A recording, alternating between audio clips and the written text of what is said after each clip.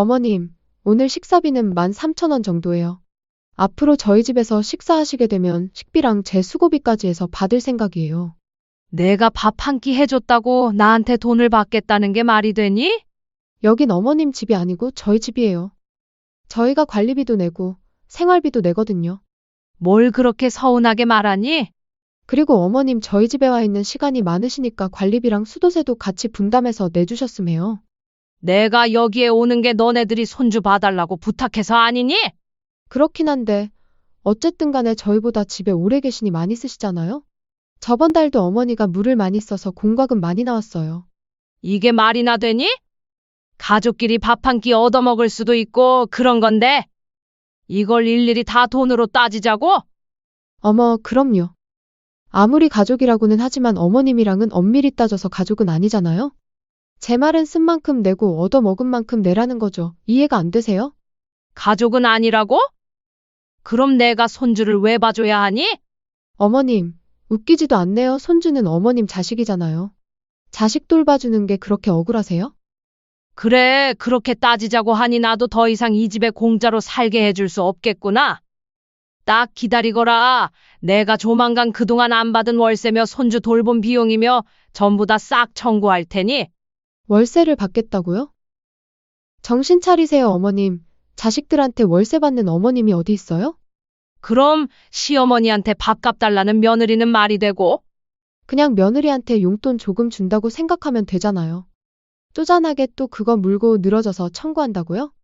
그래, 고마움도 모르고 가족도 아니라는 자식들한테 하나하나 청구할 거니 그렇게 알 거라. 밥맛 따 떨어져서 나는 그만 먹고 간다. 이번 사연의 주인공은 서울 외곽 아파트에 홀로 살고 계시는 68세 유영자 씨입니다. 남편을 잃고 혼자 살아온 지 벌써 10년. 이제 막 혼자 사는 것이 익숙해질 무렵이었죠. 조용한 아침, 혼자 끓인 미역국 한 그릇으로 식사를 마치고 있을 때였습니다. 현관문이 열리는 소리와 함께 아들이 들어왔습니다. 엄마, 있어요? 36세 아들은 평소와 달리 표정이 조금 어두웠습니다. 영자 씨는 급히 일어나 아들을 맞이했죠. 어머, 성준아. 갑자기 웬일이야? 밥은 먹었니? 엄마, 앉아봐요. 할 말이 있어서요. 아들이 소파에 앉으며 조심스럽게 꺼낸 이야기는 결혼 소식이었습니다.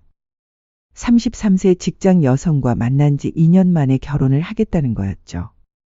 영자 씨는 기뻤습니다. 늦은 나이까지 혼자 지내던 아들이 드디어 짝을 만났다니 얼마나 다행스러운 일이었겠어요. 어머, 정말? 언제 한번 데려와 봐라. 엄마가 맛있는 거 해줄게. 하지만 아들의 표정은 여전히 무거웠습니다. 엄마, 그게 결혼 준비하면서 보증금이 좀 부족해서요. 전세는 조금 힘들 것 같아요. 요즘 집값이 얼마나 비싼지 영자 씨도 알고 있었습니다. 젊은 사람들이 집 한 채 마련하는 게 하늘의 별 따기라는 것도 말이죠. 그래서 말인데요. 엄마 혹시 저 결혼하면 집 해줄 정도 형편은 돼요? 생각은 좀 해봐야겠다만, 정 그렇다면 우리 집에서 그냥 사는 건 어떻겠니? 엄마, 그게 무슨 말이에요? 말 그대로야. 이 집 넓잖아. 방도 2개나 되고. 엄마 혼자 살기엔 너무 크기도 하고. 영자 씨에게 그 집은 전부였습니다. 남편과 함께 어렵게 마련했던 보금자리였고 아들을 키워낸 추억이 가득한 공간이었죠. 하지만 아들의 새 출발을 위해서라면 기꺼이 내어줄 수 있었습니다. 엄마, 그럼 엄마는 어디서 살 거예요? 엄마는 작은 원룸이라도 구해서 살면 되지. 요즘 혼자 살기 좋은 집들 많더라고. 그렇게 결정이 났습니다. 계약서도 명예 이전도 없이 말이죠. 영자 씨는 단순히 아들 부부가 집에서 함께 살 거라고만 생각했습니다. 결혼식 날 영자 씨는 처음으로 며느리를 만났습니다. 지우라는 이름의 며느리는 단정하고 예의 바른 모습이었죠. 첫인상은 나쁘지 않았습니다. 하지만 신혼여행에서 돌아온 첫날부터 며느리는 선을 그었습니다. 어머님, 저희는 저희 방식대로 살게요. 너무 간섭하지 않으셨으면 좋겠어요. 영자 씨는 살짝 당황했지만 이해하려 했습니다. 그래, 요즘 애들은 그런가 보다. 아들 부부의 신혼 초기에는 그럭저럭 평온했습니다. 며느리는 직장을 다니느라 바빴고 아들도 마찬가지였으니까요. 그렇게 1년이 조금 넘은 시점에 손주가 태어났습니다. 며느리는 출산 후 3개월 만에 복직을 했습니다. 그때부터 영자 씨의 진짜 시험이 시작됐죠. 어머님, 제가 회사 다니는 동안 애 좀 봐주실 수 있으세요? 며느리의 부탁이었습니다. 어머님, 저희 사정 뻔히 하시면서 손주도 안 봐주시면 서운해요. 매번 봐달라고 하는 것도 아니고 한 번씩만 봐주는 게 그렇게 어려우세요? 영자 씨는 처음에는 거절하였지만 한두 번씩 손주를 봐주는 시간이 늘어나면서 영자 씨의 하루는 완전히 바뀌었습니다. 분명 한 번씩 급할 때만 봐달라 하는 부탁이었는데 말이죠. 새벽 6시 첫 차 시간에 맞춰 집을 나섰습니다. 원룸에서 아들 집까지는 지하철로 40분 거리였죠. 손에는 항상 도시락 가방이 들려 있었습니다. 아들 집에 도착하면 며느리는 이미 출근 준비를 마친 상태였습니다. 어머님, 애 기저귀 여기 있고요. 분유는 냉장고에 있어요. 그럼 다녀오겠습니다. 인사도 제대로 안 하고 급히 나가는 며느리를 보며 영자 씨는 손주를 안았습니다. 우리 강아지, 할머니가 왔다. 기저귀를 갈고 분유를 타주고 미음을 끓여주고 낮잠 재워주고 손주 돌보는 일은 힘들었지만 나름 그 안에서의 행복도 있었죠. 그뿐만 아니었습니다. 영자 씨는 매일같이 반찬을 싸갔습니다.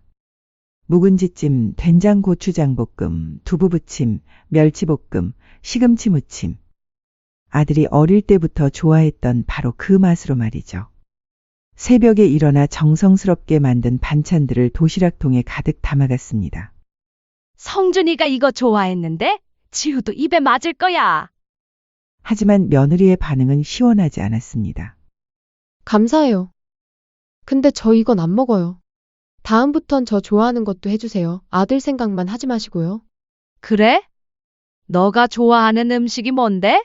매번 이런 식이었습니다. 고맙다는 말은 하긴 하지만 마치 맡겨놓은 듯 말하는 것이 은근 거슬렸죠. 짜지 않게 간을 맞췄고 양도 줄였습니다. 며느리가 안 먹는다는 반찬은 아예 만들지 않기도 했죠. 어느샌가 며느리의 기분과 눈치를 보게 되는 자신을 발견하게 되었습니다. 그렇게 3년이 흘렀습니다. 영자 씨의 하루는 완전히 손주 중심으로 돌아갔습니다.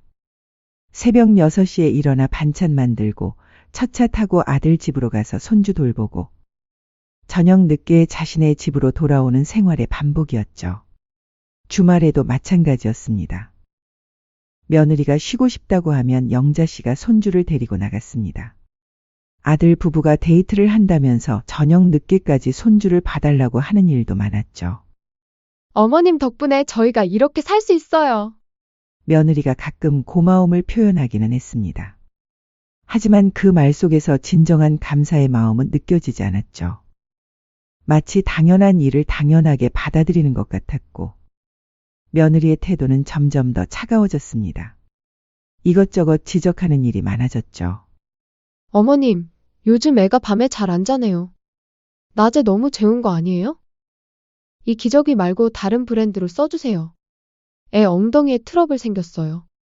그러던 어느 날 손주의 생일이 다가왔습니다. 며느리가 문자를 보냈죠. 어머님, 주말에 저희 집에서 식사하세요. 영자 씨는 그 문자를 받고 며칠 동안 설렜습니다. 오랜만에 가족들과 함께 식사를 할 수 있다는 생각에 말이죠. 손주를 위한 작은 케이크도 사고 장난감도 골랐죠. 그리고 아이 손만한 봉투에 10만 원을 정성스럽게 담았습니다. 우리 손주 생일인데 할머니가 뭐라도 해줘야지. 그날이 영자 씨에게는 정말 특별한 날이 될 줄 알았습니다. 가족의 따뜻함을 느낄 수 있는 소중한 시간이 될 거라고 생각했죠. 하지만 영자 씨는 몰랐습니다. 그날이 자신의 인생을 완전히 바꿔놓을 날이 될 줄은 말이죠. 그렇게 손주 생일날이 왔고 아들 집에 도착하니 며느리가 문을 열어줬습니다. 어머님, 오셨어요? 어머, 오늘 뭘 이렇게 들고 오셨어요? 거실로 들어가니 손주가 바닥에서 장난감을 가지고 놀고 있었습니다. 영자 씨는 손주를 안아 올렸습니다. 아이는 영자 씨를 보고 웃었죠.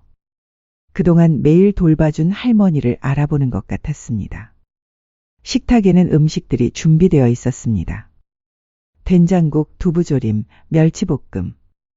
소박하지만 정성스럽게 차려진 식탁이었죠. 지우야, 고생했구나. 음식 준비하느라. 칭찬을 하자 며느리는 살짝 미소를 지었습니다.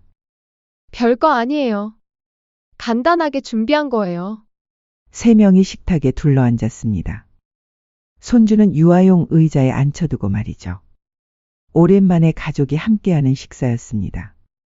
우리 손주 이제 이렇게 컸구나. 할머니가 보기엔 아직도 아기 같은데. 영자 씨는 손주를 보며 흐뭇해했습니다. 아들도 웃으며 대답했죠. 아직 애죠. 뭐 다 크려면 아직 한참이에요. 애는 언제 커서 우리한테 효도하려나. 아무튼 엄마가 매일 돌봐주셔서 이렇게 잘 컸죠. 식사 분위기는 화기애애했습니다. 영자 씨는 오랜만에 마음 편히 밥을 먹을 수 있었어요. 며느리도 평소보다 말이 많았고 아들도 기분이 좋아 보였습니다. 영자 씨는 가져온 케이크를 꺼냈습니다. 첫 돌이니까 케이크도 있어야지. 어머님, 굳이 사오실 필요 없었는데. 며느리가 말했지만 표정은 나쁘지 않았습니다. 케이크에 초 하나를 꽂고 불을 켜서 손주 앞에 놓았습니다. 물론 아이는 아직 무슨 일인지 모르겠지만 그래도 의미가 있었죠. 우리 손주 건강하게 자라라. 할머니는 그거면 충분해. 영자 씨는 용돈 봉투도 꺼냈습니다. 이건 손주 용돈이야. 나중에 필요한 거 사주렴. 어머님, 이런 것까지. 아들도 고마워했습니다. 영자 씨는 정말 행복했어요. 이런 시간이 계속됐으면 좋겠다는 생각까지 들었습니다. 식사가 거의 끝나갈 무렵이었습니다.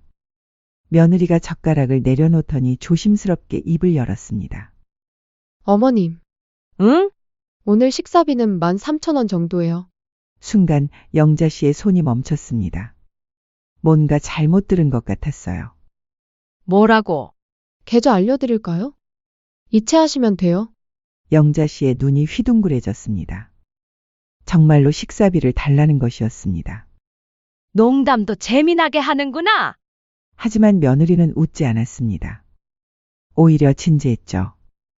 그 순간 이게 농담이 아니고 진지하다는 걸 깨닫게 되었죠. 농담으로 넘기시면 안 돼요. 저 진심으로 말씀드린 거예요. 며느리는 계속해서 설명했습니다. 요즘은 다 그래요. 가족끼리도 정리해두는 게 좋잖아요. 솔직히 저희도 생활비가 넉넉하지 않거든요. 앞으로 저희 집에서 식사하시게 되면 식비랑 제 수고비까지 해서 받을 생각이에요. 영자 씨는 말없이 아들을 바라봤습니다. 아들은 고개를 피했어요. 뭔가 미리 이야기가 오갔던 것 같았습니다. 영자 씨가 어렵게 입을 열었습니다. 그래도 내가 밥 한 끼 해줬다고 나한테 돈을 받겠다는 게 그때 며느리가 그 말을 딱 끊어버렸습니다. 여긴 어머님 집이 아니에요. 순간 방 안이 조용해졌습니다. 저희 집이에요. 저희가 관리비도 내고 생활비도 내거든요.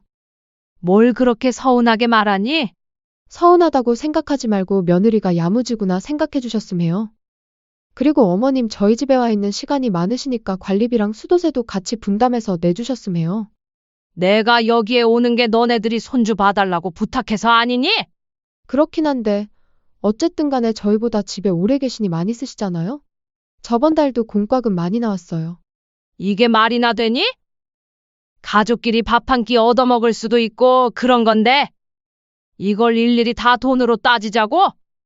어머, 그럼요. 아무리 가족이라고는 하지만 어머님이랑은 엄밀히 따져서 가족은 아니잖아요? 가족은 아니라고? 그럼 내가 손주를 왜 봐줘야 하니? 어머님, 웃기지도 않네요. 손주는 어머님 자식이잖아요. 자식 돌봐주는 게 그렇게 억울하세요? 며느리의 목소리는 차가웠습니다. 아들은 숨소리도 죽이고 있었습니다. 아무 말도 하지 않았어요. 영자 씨의 입꼬리가 떨렸습니다. 가족은 아니라는 말이 가슴에 박혔거든요. 그동안 내가 해다 준 반찬들 그건 그럼 영자 씨가 떨리는 목소리로 물었습니다. 며느리는 아무렇지도 않게 대답했습니다. 거의 버렸죠. 그 한마디에 영자 씨의 세상이 무너졌습니다. 위생도 좀 걱정되고 입맛도 안 맞아서요. 그거 가지고 딴지 거실 거면 앞으로 안 해주셔도 됩니다. 3년 동안 새벽에 일어나 정성스럽게 만든 반찬들. 아들이 좋아한다고 생각하며 매일 싸간 도시락들이 모두 쓰레기통에 버려졌다는 이야기였습니다. 사람마다 기준이 다르니까요. 아무튼 저는 말씀드렸습니다. 그래, 그렇게 따지자고 하니 나도 더 이상 이 집에 공짜로 살게 해줄 수 없겠구나. 딱 기다리거라. 내가 조만간 그동안 안 받은 월세며 손주 돌봄 비용이며 전부 다 싹 청구할 테니. 월세를 받겠다고요? 정신 차리세요, 어머님. 자식들한테 월세 받는 어머님이 어디 있어요? 그럼 시어머니한테 밥값 달라는 며느리는 말이 되고. 그냥 며느리한테 용돈 조금 준다고 생각하면 되잖아요. 쪼잔하게 또 그거 물고 늘어져서 청구한다고요? 그래, 고마움도 모르고 가족도 아니라는 자식들한테 하나하나 청구할 거니 그렇게 알 거라. 그 순간 영자 씨는 자리를 박차고 일어났습니다. 밥맛 따 떨어져서 나는 그만 먹고 일어날게. 집으로 돌아가서 너가 말한 대로 밥값이랑 공과금 입금할게. 가방을 들고 현관으로 향했어요. 아들이 뒤따라 나왔습니다. 엄마, 진정하세요. 그냥 용돈 준다 생각하시고 좋게 좋게 넘어가요. 네, 됐다. 내가 칼같이 계산해 줄게. 영자 씨는 문을 열었습니다. 집을 나와 지하철역으로 향하는 영자 씨의 걸음은 무거웠습니다. 하지만 동시에 무언가 결심한 듯한 단호함도 있었어요. 전철 안에서 영자 씨는 휴대폰을 꺼냈습니다. 그리고 검색창에 이렇게 타이핑했죠. 서울 연립아파트 월세 시세. 며느리가 자신을 방문객이라고 했으니 이제 정말로 방문객 대우를 받아보는 것도 나쁘지 않겠다는 생각이 들었거든요. 영자 씨의 눈빛이 달라지기 시작했습니다. 그날 밤 영자 씨는 잠을 이루지 못했습니다. 며느리의 말들이 머릿속에서 맴돌았거든요. 다음 날 아침 영자 씨는 평소와 다르게 움직였습니다. 새벽 6시에 일어나지도 않았고 도시락 가방을 챙기지도 않았어요. 대신 집안 서랍을 뒤지기 시작했습니다. 분명히 어디 있었는데. 찾고 있던 건 오래된 수첩이었습니다. 가계부처럼 쓰던 그 수첩에는 지난 3년간의 기록들이 빼곡히 적혀 있었죠. 반찬 재료비 15,000원, 손주 기저귀 12,000원 등등. 영자 씨는 매일매일 쓴 돈을 기록해두는 습관이 있었거든요. 수첩을 펼쳐보니 3년간의 모든 것이 숫자로 남아 있었습니다. 영자 씨는 휴대폰을 꺼내 검색을 시작했습니다. 베이비시터 일당, 가사도우미 시급, 서울 월세 평균. 하나씩 계산기를 두드리며 정리해보니 어마어마한 숫자가 나왔습니다. 이게 맞나? 영자 씨는 다시 한번 계산해봤습니다. 틀리지 않았어요. 월세만 해도 48개월 동안 월 90만 원이면 4,320만 원이었습니다. 요즘 그 동네 아파트 월세가 그 정도였거든요. 손주 돌봄은 주 4일, 하루 8시간씩 3년 동안. 베이비시터 일당으로 계산하면 2,800만 원이었습니다. 명절 때마다 해준 음식, 매일 싸간 반찬, 청소, 빨래까지 합치면 1,200만 원은 좋게 될 것 같았어요. 기타 교통비, 손주 용품비까지 합치니 총 8,620만 원이 나왔습니다. 영자 씨는 그 숫자를 보고 있다가 갑자기 웃음이 나왔습니다. 13,000원이라. 며느리가 청구한 식사비와 비교하니 정말 어이가 없었거든요. 영자 씨는 더 이상 망설이지 않았습니다. 인터넷에서 법무법인을 검색해서 전화를 걸었어요. 내용 증명 보내고 싶은데요. 며칠 후였습니다.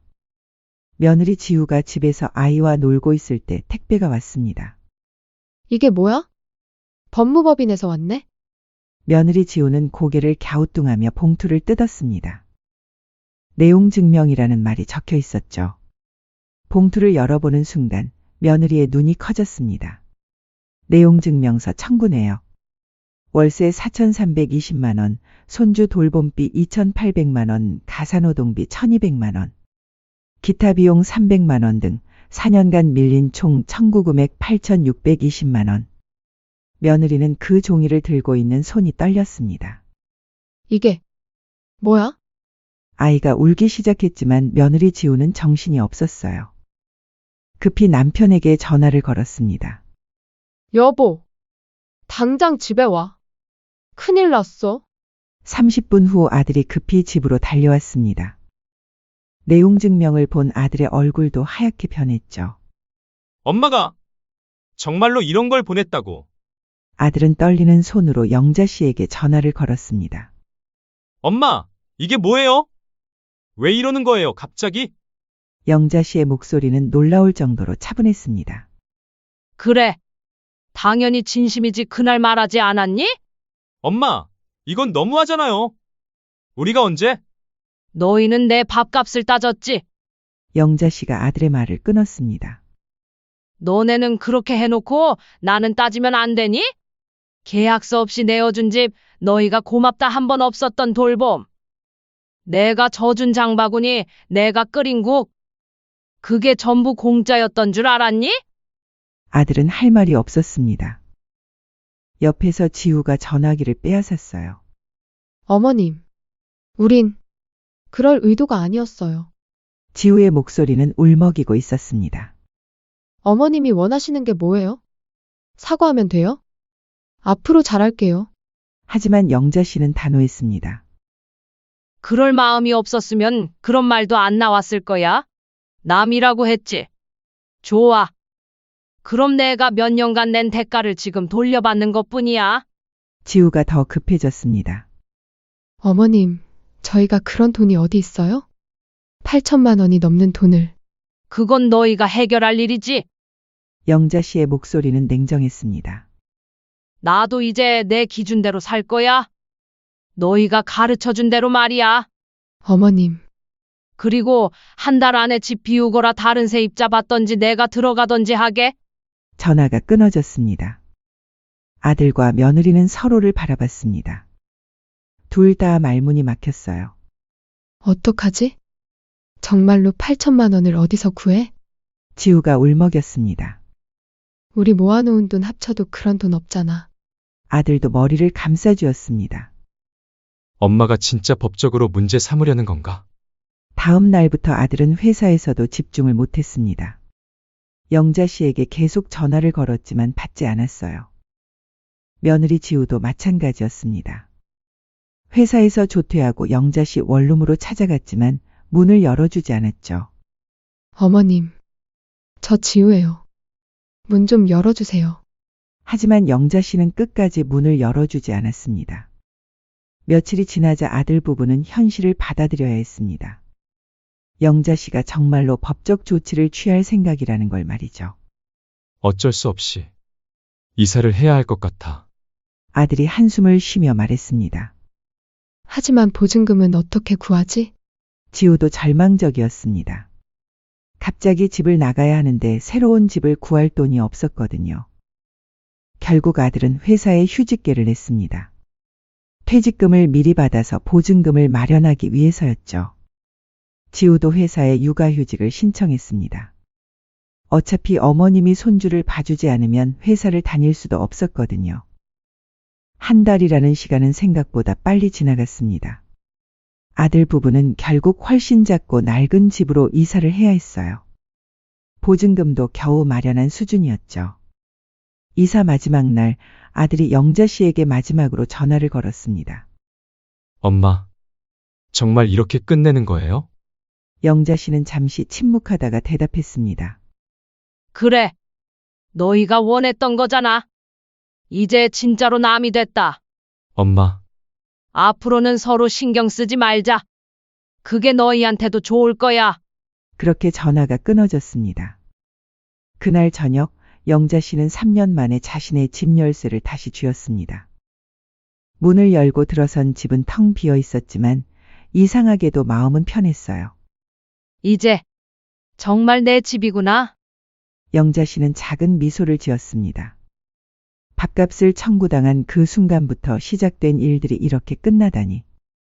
정말 세상 일은 모르는 거였습니다. 아들과 며느리가 집을 비운 지 일주일이 지났습니다.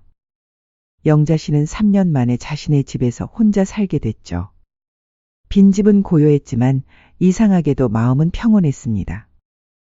첫날 밤 영자 씨는 안방에서 잤습니다. 3년 동안 작은 방에서 지내다가 다시 돌아온 자신의 침실이었어요. 그래도 내 집이 제일 편하네.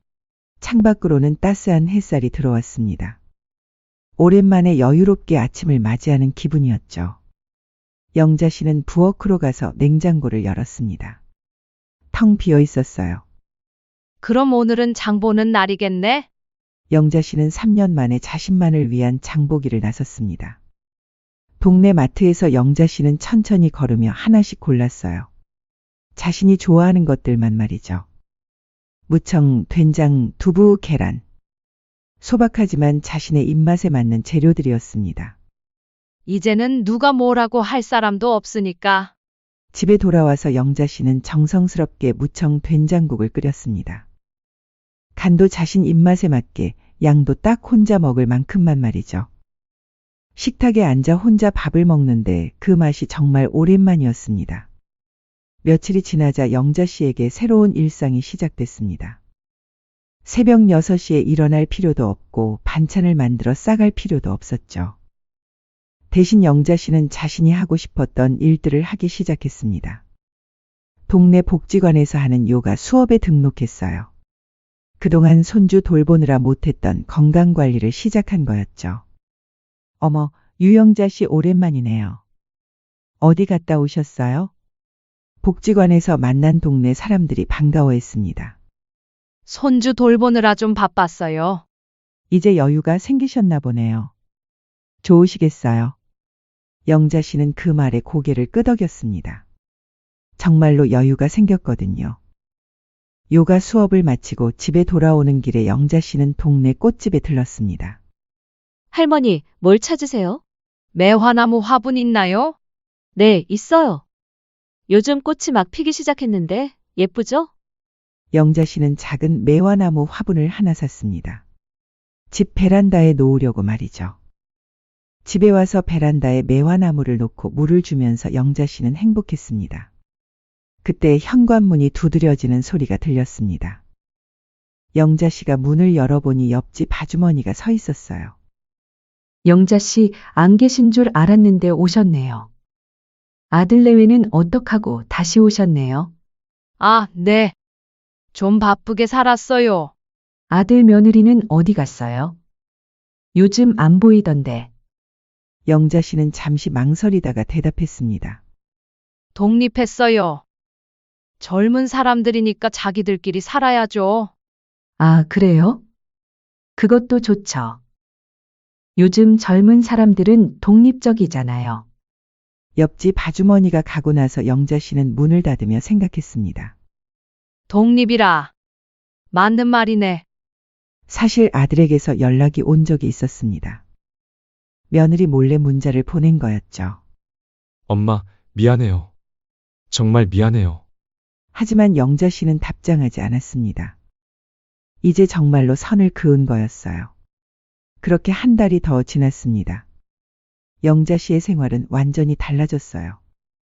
요가도 하고 복지관에서 하는 독서 모임에도 참여했습니다. 오랜만에 친구들과 만나 수다도 떨었죠. 영자야, 요즘 표정이 밝아졌네? 친구가 말했습니다. 그래? 응. 뭔가 홀가분해 보여. 영자 씨는 그 말이 맞다고 생각했습니다.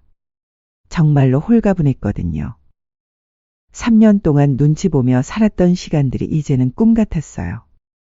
매일 새벽에 일어나 반찬 싸고 손주 돌보고 집안일 하던 그 바쁜 나날들 말이죠. 내가 왜 그동안 그렇게 살았을까?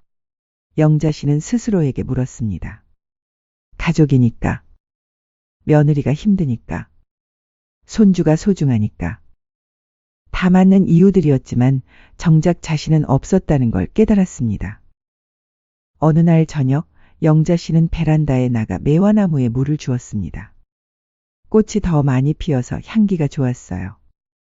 그때 휴대폰이 울렸습니다. 모르는 번호였어요. 영자 씨는 받지 않으려다가 혹시 몰라 받았습니다. 여보세요? 어머님, 저예요. 지우예요. 며느리였습니다. 영자 씨는 잠시 침묵했어요. 왜 전화했지?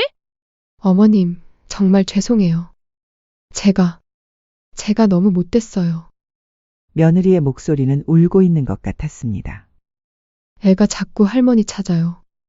할머니 하면서. 어머님이 그리운가 봐요. 어머님, 저희가 잘못했으니까 다시 예전처럼 지낼 수 없을까요? 하지만 영자 씨는 단호했습니다.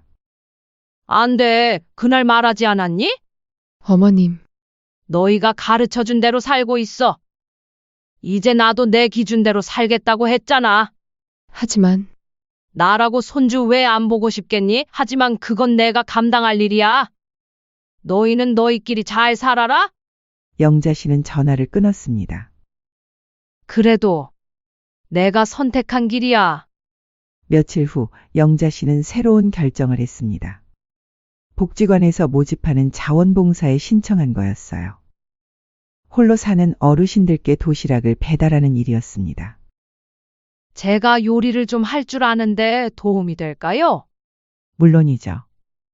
요즘 자원봉사자가 부족해서 고민이었거든요. 영자 씨는 일주일에 3번 혼자 사시는 어르신들을 위해 도시락을 만들어 배달하기 시작했습니다. 처음 도시락을 받으신 할아버지가 말씀하셨어요. 이거 누가 만들었어요? 정말 맛있네요. 제가 만들었어요. 아, 고맙습니다. 요즘 이런 맛있는 밥 먹기가 쉽지 않은데.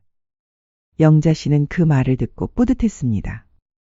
자신의 요리를 진심으로 고마워하는 사람이 있다는 게 말이죠. 3년 동안 매일 만든 반찬이 거의 버려졌다는 말을 들었던 것과는 완전히 달랐어요. 그렇게 계절이 바뀌었습니다. 영자 씨의 베란다 매화나무에는 새잎이 돋아나기 시작했어요. 꽃은 지고 푸른 잎들이 자라나고 있었습니다. 나도 새로 시작하는 거구나. 영자 씨는 매화나무를 보며 혼잣말했습니다. 그날 저녁 영자 씨는 자신만을 위한 소박한 저녁을 준비했습니다. 무청 된장국과 두부부침 그리고 김치. 식탁에 앉아 숟가락을 들면서 영자 씨는 중얼거렸어요. 늦었지만 나도 내 인생 살아야지. 창밖으로는 저녁 햇살이 비치고 있었습니다. 조용하고 평화로운 저녁이었어요. 68세에 시작된 진짜 자신만의 인생이 이제야 시작된 거였죠. 그로부터 6개월 후 영자 씨는 복지관에서 올해의 자원봉사자로 선정됐습니다. 혼자 사시는 어르신들을 위해 정성껏 요리해드린 공로를 인정받은 거였죠. 시상식장에서 영자 씨는 이렇게 말했습니다. 제가 만든 음식을 진심으로 고마워해 주시는 분들이 있어서 정말 행복합니다. 이제야 제 인생을 살고 있는 것 같아요. 그날 밤 영자 씨는 상장을 액자에 끼워 거실에 걸었습니다. 68년을 살면서 처음으로 받은 자신만의 상이었어요. 영자 씨의 사연에서 소탐대실이라는 사자성어가 떠오릅니다. 작은 것을 탐하다가 큰 것을 잃는다는 뜻입니다. 며느리는 13,000원의 식사비를 아끼려다가 8,620만 원과 평생 돌봄을 잃었습니다. 무엇보다 가족이라는 소중한 관계까지 잃고 말았죠. 때로는 작은 배려와 감사가 큰 행복을 만들어냅니다. 가족 간에도 서로의 정성을 당연하게 여기지 말고 고마운 마음을 표현하는 것이 얼마나 중요한지 보여주는 사연이었습니다. 그동안 시청해 주셔서 감사드립니다. 구독과 좋아요도 한 번씩 부탁드려요. 오늘 하루도 행복하고 평온한 하루가 되시길 바랍니다. 감사합니다. 인생의 흔적이었습니다.